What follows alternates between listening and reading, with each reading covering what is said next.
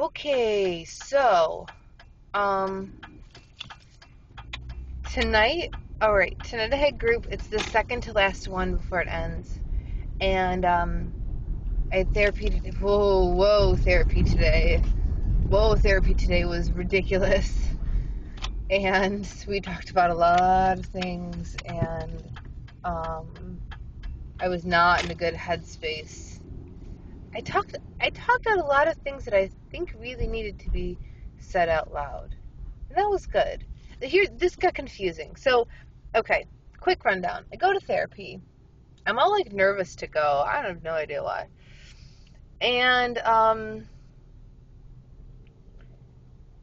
well, I don't know. I guess when I think about it, I do know why. Like, I had this really terribly, terribly disturbing dream last Thursday night, and I get really bad migraines, but I don't have a doctor, so I don't have I used to have this injection that I would take. I don't have that anymore because I don't have a doctor, so I just have to kind of like muscle through, and it actually lasts quite a long time when you don't have any medicine.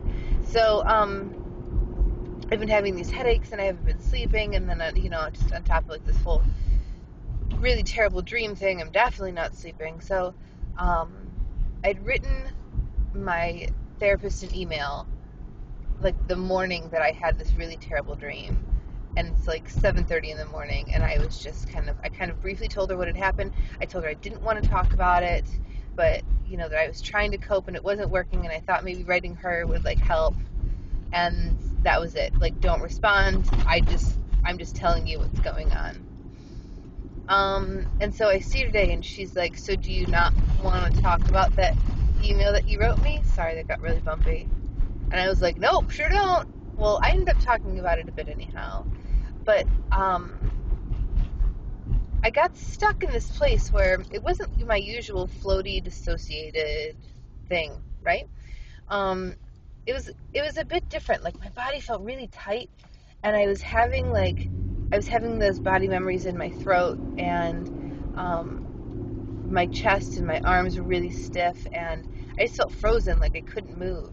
And when I'm all floaty like that, like I usually make the decision on my own to stay in that floaty place, even though, like Awesome Therapist says, it's a trauma place, and that I shouldn't stay there, and that I should try to come back and be present. I really like that floaty space because it makes me feel really I feel very safe in it. But the really anxious, knotted up, tight, like frozen place, I hate it. But I don't know what to do about it, and I don't know how to get out of that. And that's entirely different than the floaty dissociated place. So I'm all like, I don't know, frozen and having a really hard time. And there's this rug that my therapist has on the wall that actually kind of sits behind where I am, so I don't look at it often. So, which is to say, I don't have it memorized, which is really important because I have a really good memory, and I memorize things, patterns, numbers, facts, songs, things that just especially like visual information and auditory information. I like really, really well, and I memorize it very quickly and with great accuracy. So if this rug would sit in front of me, she would be able to ask me, okay, what color is in the fourth square, and the, fourth square from the left to like second from the bottom, and I'd be able to tell her. Since I don't get to look at it, we play this game when I get really dissociated, where she picks a color or a pattern, or has me count how many, of one part of the pattern is in the blanket, and because it's it kind of has this like Aztec sort of feel to it, and so because it is like very visually complex, both in color and in its design, like to be able to recognize the patterns in the colors, like actually takes a bit of work when you're really not in a place to be like processing that sort of information. So it's a good way for me to kind of come back into reality.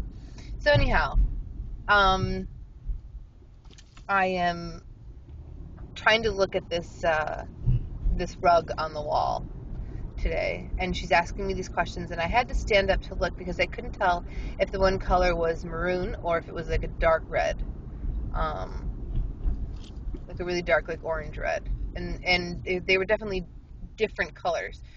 So I got up, and I had this big blanket that I take with me to therapy. It's like a king size blanket, and it's like super super soft. And I'm wrapped up in this blanket, and I'm staring at the like at this rug on the wall, right? And I start to get kind of like floaty dissociated, and I told her so. And I sat down on the couch that's underneath it, and I never sit there ever. And she's like, "Well, why don't you come back into the present and be in the room with me?" And I'm like, "But I feel like I can talk right now." And I wasn't looking at her, and I was wrapped in this blanket, and I literally had like the blanket over my head, like I was like hiding underneath it. And I just started talking, and I'm just going and going and going, and I'm saying all these things, and a lot of things that really did need to be said, a lot of things that I didn't previously want to talk about. So it was, I don't know if it was being in that kind of like floaty dissociated space, or if it was the fact that I wasn't facing her and that I was all covered up, which I kind of think more was more to the point. Um, that really allowed me to be able to say a lot of things I needed to say to her. But so I left. So that all happened, and I left feeling like accomplished, like I had done something, um, that I had done something good with my time in therapy. And I was shaken up, but I thought I was okay. And I was really hungry. I had a place to go. Um, I had a place I needed to be in like 40 minutes after my appointment, and I was like, okay, I'm just gonna. I really had a taste for a milkshake. I'm like, I'm just gonna stop and get a milkshake. Yeah, I didn't do that though. I stop to get a milkshake. I stop at McDonald's. The shake machine is broken, so I get burgers and fries and Sprite instead. And then um, I go to this little, like, it was a performance at a little school, and it was really short. I went there, and then I went to, and then I went to another restaurant where I knew I would get a shake. So then, after the performance, I went and I got a shake, and I got a huge slice of this, like, chocolate cake. And I'm eating this all in the car, by the way. Completely unintentional binge. Like, I did not even think of what I was doing until I realized how full I was. And I was heading out to work, and I was like, I have got to get rid of this. And I realized what time it was, and I realized I had exactly enough time to get in the house. No one was going to be in the house. I could get rid of everything. I could go pick up the kids from school, the kids that I take care of, go pick them up from school, and be back and be fine. And got went and picked up this exactly what I did. Got in the house, emptied, washed up, went to pick up the kids, came back to the house, started eating again, and I mean I was just nonstop until I had to go to group. And it it was really frustrating because I thought I was doing a good job. I thought I was having a good day, and then here I am, like just binging out of control, and I have no idea where that really came from. Um, the only thing I can think of is that when I was talking to Awesome Therapist, we were talking about how I've had a really hard time lately.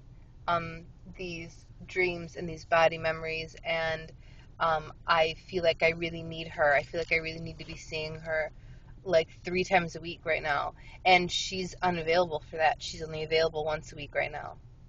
And I don't really like to do phone sessions because I feel like they just kind of stir me up, and then that's kind of it. Um, and how that was hard, and I feel like disappointed and kind of abandoned, and I feel like I really need her right now, and it's just not possible for us to meet more than we are. And then I go to group today, and it's the second to last group. And then the one girl in the group who's actually my only friend that I've met in this city in the 5 years I've been here, um, she is moving to New York, the beginning of April. And the one family I work for who's been like I've worked for them for the past almost 3 years now. Um, they're going to be moving in June. So I feel like all of these,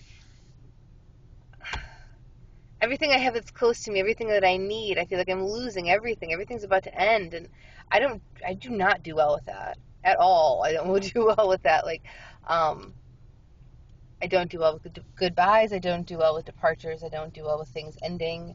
I like my routine. I like things to stay the same. I like to have, you know, the same things around me all the time. And I feel like I'm in a place where I really need as much support as possible. And all of my support systems are one by one just escaping me. And so, if that's what today's binges were about, I wouldn't be surprised. But they kind of, I don't know, it kind of crept up on me. Um, so that's where I'm at. That's where I'm at with all of that. So it was a weird day. Um, Hopefully tomorrow's a little more on an even keel, but we'll see. So I hope you all have a good night, and I will chat with you soon. And to all my new subscribers and friends, thank you very much. It's lovely to have you. So thanks.